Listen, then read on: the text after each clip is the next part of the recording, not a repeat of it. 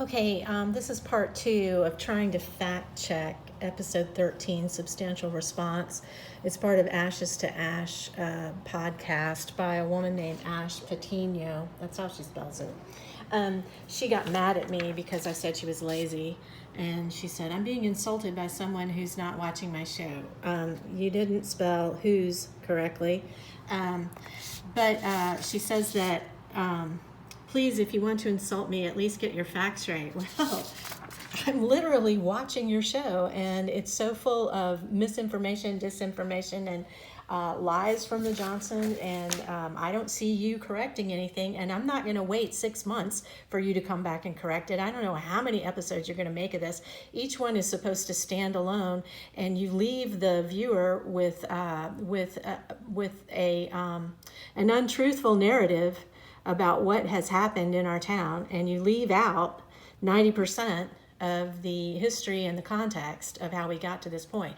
So I said I was going to come back and do part 2 about why Mary Ann Gaffney Craft didn't talk in public about her findings, because you seem to think that we would have like a Q&A session and invite people to a community forum, and the two competing pathologists would just give their findings and let people answer questions. That's not how it works. That would be a free-for-all. Mary Ann Gaffney Craft is a state employee, so she is under the purview of her state director. Ashley Pock is the constitutional officer, so he speaks to the public. The only way Mary Ann Gaffney Craft gives her findings is if it's a coroner's inquest, or if she is called as an expert witness, or in the course of a trial where people are trying to overturn her findings. And so the place to do that might have been, since the coroner didn't want to call an inquest because he didn't find enough evidence from William Anderson's autopsy to convince him that the first autopsy was wrong. Plus, Ash, when you're coming and talking to Sheriff Pock here, you're making people think that he was the first sheriff that handled this. And he was not the sheriff during the whole DOJ investigation. The DOJ brought in 2 additional medical examiners to look at both of the autopsies. And both of the DOJ medical examiners said that Mary Ann Gaffney Crafts was correct. But then one of the U.S. attorneys pressured one of those people, and she said, I made him feel like a man. And I'm pretty sure that was Deb Sines. And so he changed it to inconclusive, which is still not agreeing with Anderson. It's just saying inconclusive because he wants to get off the hook, I think, from being pressured by Deb Sines, or maybe something worse than that. Who knows? Who knows what that means? Maybe if Sheriff Pock gets the files and opens them up, maybe people can start questioning those folks in public.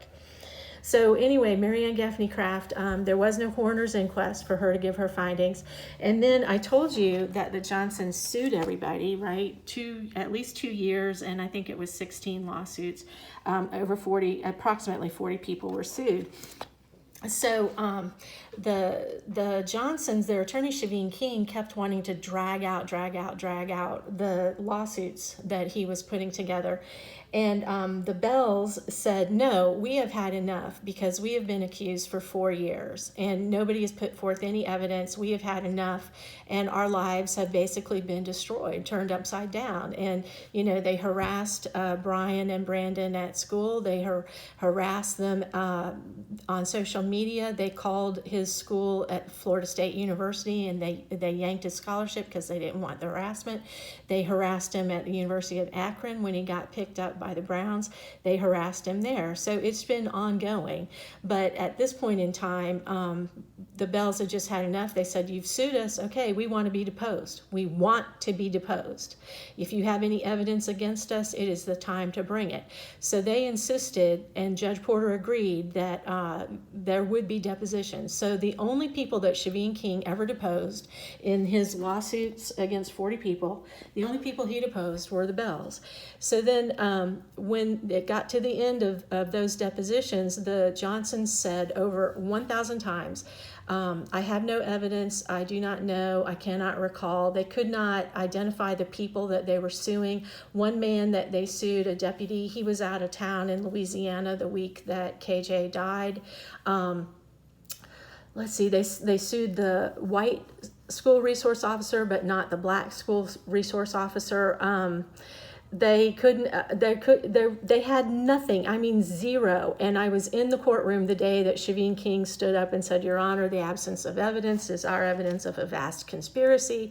And of course, the lawyers for the defendants, they didn't object to that, but they stood up and said, Your Honor, you cannot prove murder or wrongful death if you have no evidence. And the judge agreed. And so, he said, all right, Shaveen King, I'm going to make my ruling, and it's going to be against you. And Shaveen says, wait, I'm going to bring William Anderson. I need my expert witness. So he says, I need a stay. I need another month to bring him in. So the judge grants him a stay. So they all come back to court, everybody, all the lawyers and the Bells and the Johnsons, and they wait for William Anderson, and William Anderson never shows. And Shaveen King, gets on the phone and says, Your Honor, I'm so sorry. He's just tied up. He can't make it. I need a stay. I need to extend. So they give him another month. So I don't know how many months this went on, but other attorneys who've gone up against Shaveen King know that he is notorious for this sort of behavior. He gets delay after delay after delay. And so finally Judge Porter said, enough is enough and more is too much. That's exactly Sheriff Polk's attitude right now, if I'm reading it right.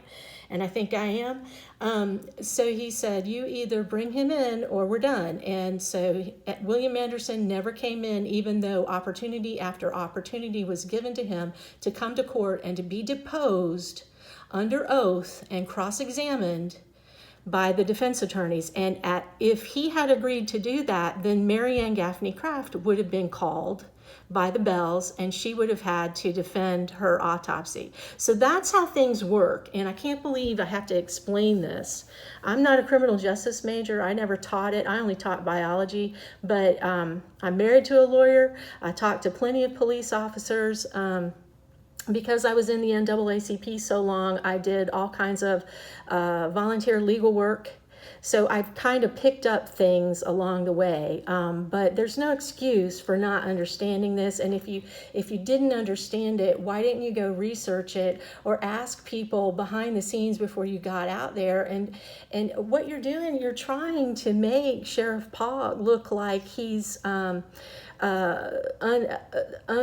or unable to assess all the facts. Well, I showed you. The DOJ came in here and looked at both autopsies. They brought in 2 more medical examiners. You didn't even bring that up when you were reaming him after you did this interview. There was no reason for anyone in this town to find William Anderson credible except for the Johnsons and Shaveen King. And when they had the opportunity to put him on the stand and get him deposed and cross-examined in front of other people, they threw that opportunity away. So there's no reason for you to come in here and claim that, what are the statements that you and your friends made? You said, it kind of feels like any info the Johnsons bring in is dismissed. It feels like the Johnsons' info is dismissed unilaterally. So out of the gates, there was this very cavalier attitude about Anderson's findings. He is not on the same level. He is subpar to the caliber of Mary Ann Gaffney Craft. And he can come after me and try to sue me for defamation. I don't care. Because I can prove what I'm saying. So I said before, and I'll say it again, Ash, you're lazy. You don't do your due diligence. I am watching your show. I'm not going to wait 6 months for you to have your epiphany, because that's what you're leading up to. You've emotionally manipulated everybody to bring them along so they watch your podcast, buy your merchandise. I plow all the money back into my podcast to pay for travel and to pay for the investigations that we're going to do, like the gym mat reenactment. That's already been done. It was done at the high school. It was done by a wrestling team, but have at it.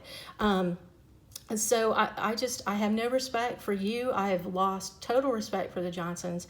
And as long as you want to keep going after me on social media and putting this stuff up, then I'm just going to keep doing my little YouTubes. You have 9,000 or 90,000 followers? I don't know. I have 24.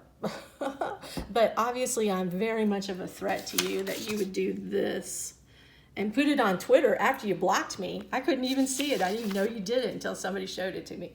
So anyway, there you have it, and y'all can make of it what you will.